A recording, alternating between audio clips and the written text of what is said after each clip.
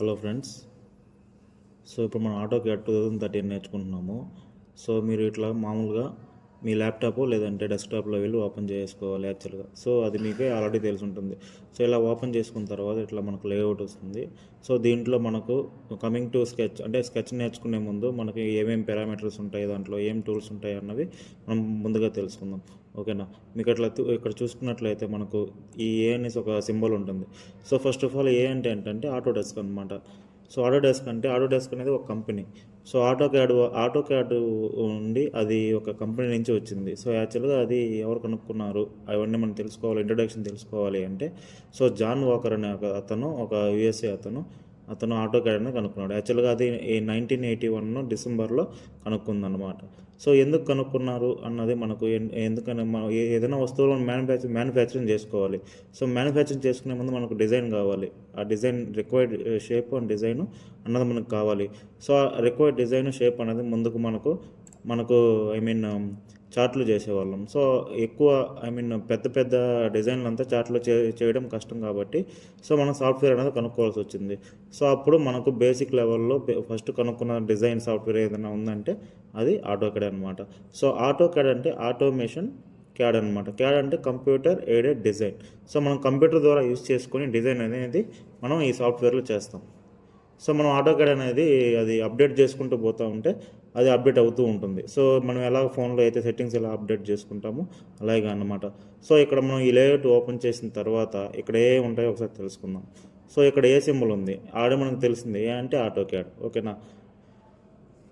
ఏ అంటే AutoCAD. So ఇక్కడ మనం ఓపెన్ చేసామనుకోండి, ఈ కమాండ్ అనేది దీన్ని అప్లికేషన్ మెనూ బార్ అంటారు. ఈ అప్లికేషన్ మెనూ బార్ మనం ఓపెన్ చేసామనుకోండి, దీంట్లో కొన్ని టూల్స్ ఉంటాయి అనమాట. వీటిని ఏమంటారు, యాజ్ యూజువల్ మనం MS office, Microsoft Excel use చేస్తాం కదా, దాంట్లో ఉన్నవి అనమాట. సో ఏదైతే మనం న్యూ స్కెచ్ కావాలో దానికి ఇది న్యూ అనేది ఓపెన్ చేసుకోవడానికి యూజ్ అవుద్ది. తర్వాత ఓపెన్ అంటే ఏంటంటే, ఓపెన్ అనేది మీరు ముందుగా ఏదైనా స్కెచ్ చేసి అది సేవ్ చేసినారు అనుకోండి, అది ఓపెన్ చేసుకోవడానికి ఈ ఓపెన్ అనేది యూజ్ అవుద్ది అనమాట. సేవ్ అంటే యాజ్ యూజువల్గా అది డిఫాల్ట్గా సేవ్ అయిపోతుంది ఇది. సో దీనికి షార్ట్ కట్ Ctrl+S అనమాట. యాజ్ యూజువల్గా ఆ పారామీటర్ దగ్గర మనకు చూపిస్తుంది. సో సేవ్ యాజ్ అంటే మనకు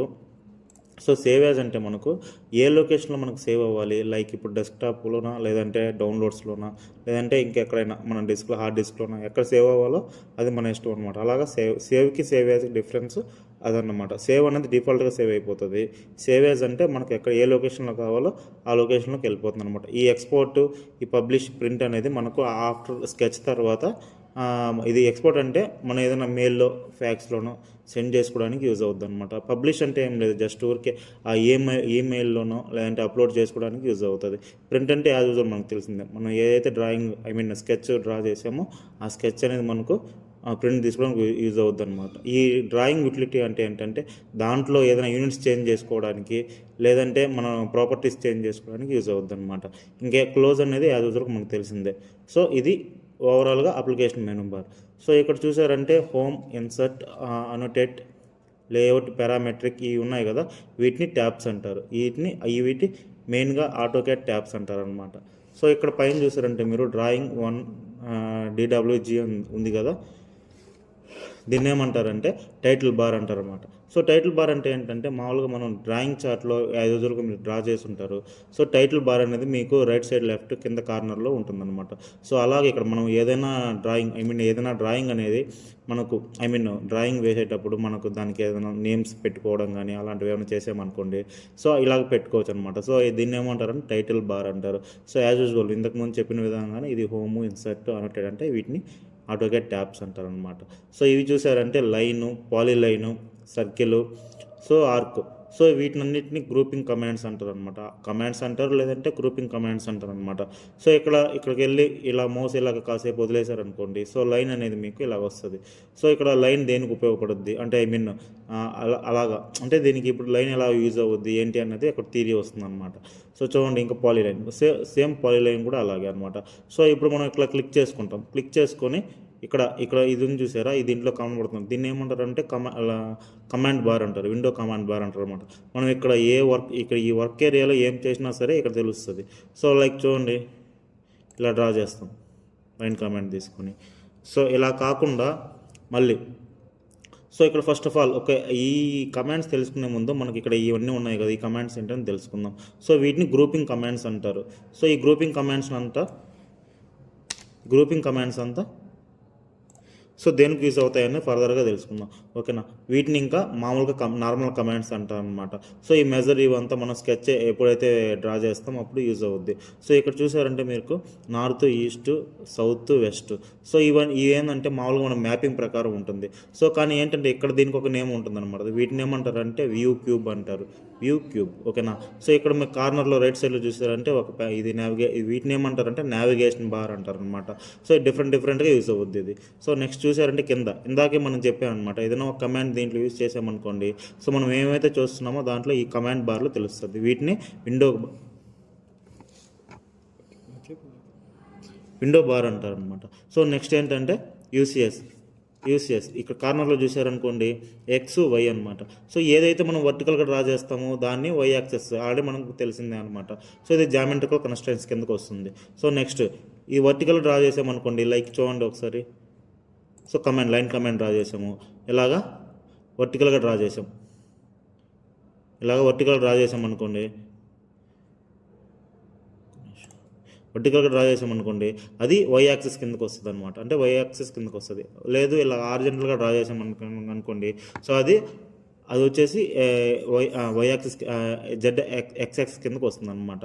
సో నెక్స్ట్ అలాగే మనం ఇక్కడ చూసామనుకోండి, ఒకవేళ ఇన్క్లైన్గా డ్రా చేసామనుకోండి, ఇన్క్లైన్ పెట్టి ఇలా డ్రా చేసామనుకోండి, అది జెడ్ యాక్సిస్ కిందకి వస్తుంది అనమాట. వీటిని ఏమంటారంటే యూసిఎస్, యూజర్ కమాండ్ సిస్టమ్స్ అంటారు అనమాట. సో ఇలా రిలీజ్ చేసుకోవచ్చు. నెక్స్ట్ ఏంటంటే కింద చూసారనుకోండి, కింద ఇలాగ మనకు ఇవి వస్తాయి. వీటిని ఇన్ఫర్ కన్స్ట్రెంట్స్ అంటారు అనమాట. వీటికి షార్ట్ కట్స్ కూడా ఇక్కడే వస్తాయి అనమాట. సో ఇది దేనికి యూజ్ అవుతుందా అంటే మనకు క్రజర్ ఉంది కదా. సో ఇది మీరు చూసినట్లయితే ఇలా ఉంది కదా. సో ఏదైతే మనకి ఇలాగా ఇక్కడ మనకు ప్లస్ సింబల్ లాగా ఉంది, అది ఏదది మౌస్ అయితే మనం ఎలా డ్రాగ్ చేస్తున్నామో అలా డ్రాగ్ అవుతుంది. దాన్ని ఏమంటారంటే క్రాస్ హెయిర్ అంటారు అనమాట. మనం ఏదైతే మౌస్ ఇలా డ్రాగ్ చేసినప్పుడు మూవ్ అవుతుందో దీంతోపాటు, సో దాన్ని ఏమంటారు అంటే క్రాస్ హెయిర్ అంటారు అనమాట. సో అలా కాకుండా మనకు వితౌట్ ప్లస్ రావాలి లేదంటే ప్లస్ రావాలి అనేది ఈ షార్ట్ కట్ కమాండ్ ద్వారా యూజ్ చేసుకోవచ్చు. నెక్స్ట్ ఇది వచ్చేసి మనకు స్నాప్ మోడ్ అనమాట. ఈ స్నాప్ మోడ్ అనేది మనకు మామూలుగా స్కెచ్ వేయేటప్పుడు యూజ్ అవుతుంది మెయిన్గా. సో తర్వాత చూసారనుకోండి గ్రిడ్ లైన్స్ అనమాట. మీరు ఇక్కడ వర్క్ ఏరియా ఇదంతా ఈ బ్లాక్గా ఉంది కదా, ఈ బ్లాక్గా ఉన్నదాన్ని ఏమంటారు అంటే వర్క్ ఏరియా అంటారు. సో వర్క్ ఏరియా అని ఎందుకన్నారంటే మనం ఏదైతే స్కెచ్ డ్రా చేస్తూ ఉంటామో ఆ స్కెచ్ మొత్తం దీంట్లో ఉంటుంది కాబట్టి దీన్ని వర్క్ ఏరియా అంటారు అనమాట. సో చూసుకున్నట్లయితే ఇక్కడ మనకు ఈ గ్రిడ్కి వచ్చి మళ్ళీ షార్ట్ కట్ F7 అనమాట. మీరు ఎట్లా డ్రాగ్ చేయగానే అక్కడ నిల్చుకున్నారనుకో, ఇక్కడే డ్రాగ్ చేశారనుకోండి, ఇక్కడ తెలుస్తుంది అనమాట.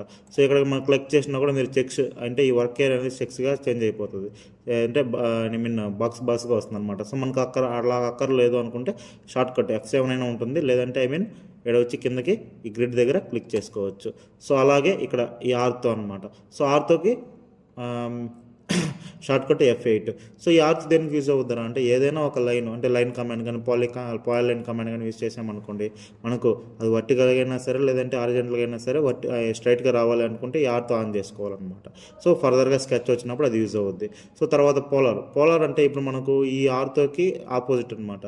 సో ఈ ఆర్తో అన్నది మనకు వర్టికల్గా అయినా సరే హారిజాంటల్గా అయినా సరే మనకు స్ట్రైట్గా డ్రా చేస్తుంది. అలా కాకుండా మనకు ఇన్క్లైన్గా డ్రా చేసుకోవాలంటే ఈ పోలార్ విత్ యాంగిల్తో ఈ పోలార్ అనేది యూజ్ అవుతుంది. ఈ పోలార్ అనేది మనకు షార్ట్ కట్ F10.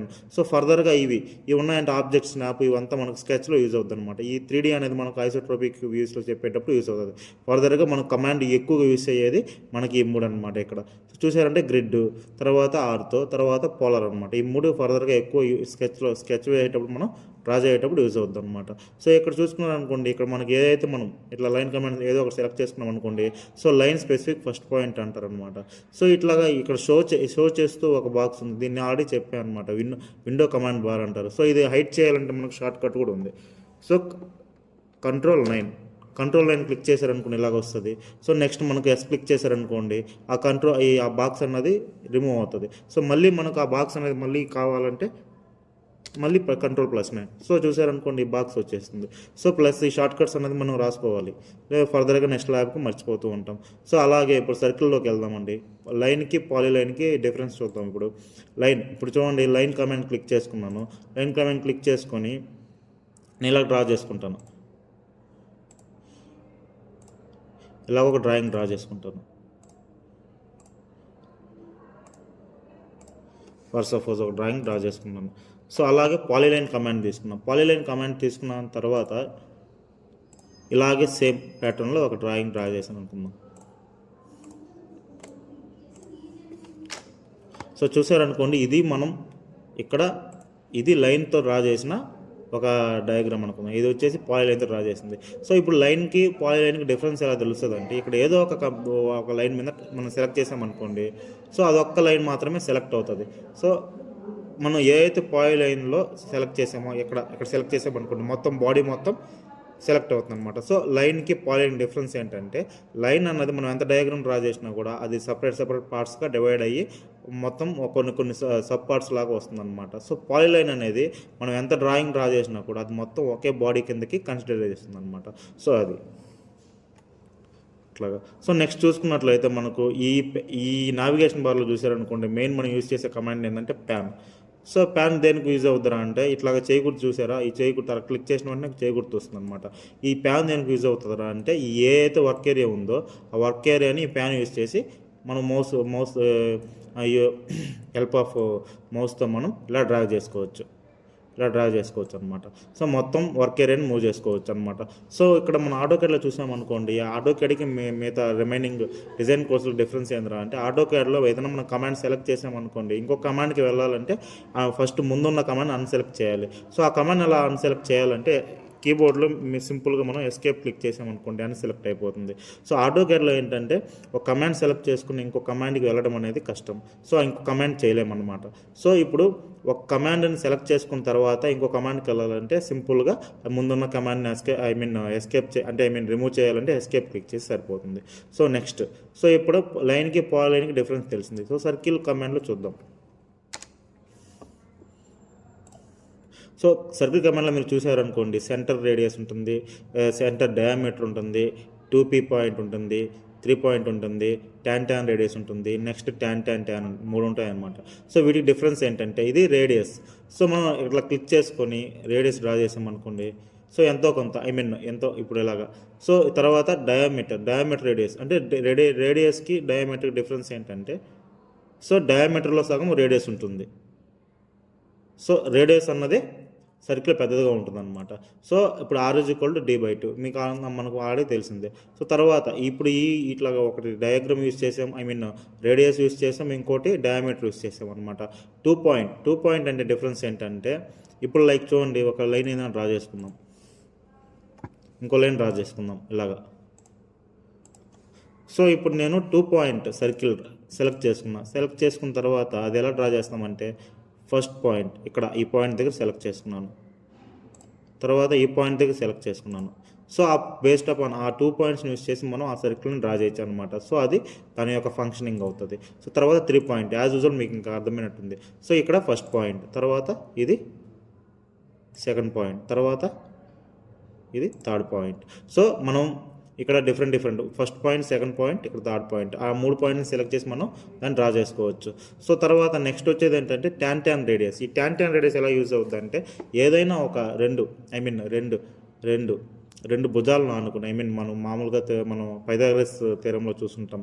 సో ఏదైతే ఇప్పుడు నుండి tan రేడియస్ ఎలాగంటే, ఏదైనా ఒకటి టచ్ చేసామనుకోండి, ఇంకోటి నెక్స్ట్ టచ్ చేసామనుకోండి, సో తర్వాత ఎంటర్ క్లిక్ చేసామనుకోండి, అది ఆ భుజాలకు 2 టచ్ చేస్తూ ఆ సర్కిల్ అనేది డ్రా అవుతుందన్నమాట.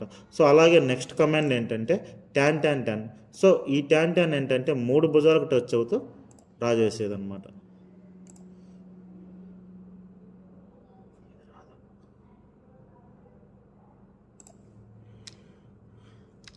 సో 3 భుజాలకు టచ్ అవుతుంది. ఈ సర్కిల్కి మనం సెలెక్ట్ చేసాం కాబట్టి ఆ 3 భుజాలకు టచ్ అవుతూ మీరు చూసుకున్నట్లయితే జూమ్ చేశారంటే ఇక్కడ 3 భుజాలకు టచ్ అయి ఉంటుంది. సో ఈ మధ్యలో కొన్ని సాఫ్ట్వేర్లు ఏమవుతుంది అంటే, ఈ జామెట్రికల్ కన్స్ట్రెంట్స్ వస్తాయన్నమాట. సో ఈ సెట్టింగ్స్ వెళ్ళి చేంజ్ చేసుకోవచ్చు, నో ప్రాబ్లం. సో ఇలా ఎక్కడైనా డిలీట్ చేసుకోవచ్చు. మీరు అబ్జర్వ్ చేశారంటే, ఇక్కడ tan రేడియస్ ఏమైందంటే, బాడీ 1, బాడీ 2, బాడీ 3 ఈ 3 బాడీలకి టచ్ చేస్తూ మనం ఇది డ్రా చేసాం. సో నెక్స్ట్, సో ఫర్దర్గా ఇంకా ఆర్క్. ఈ ఆర్క్ అంటే మనకు ఆల్రెడీ తెలిసిందే.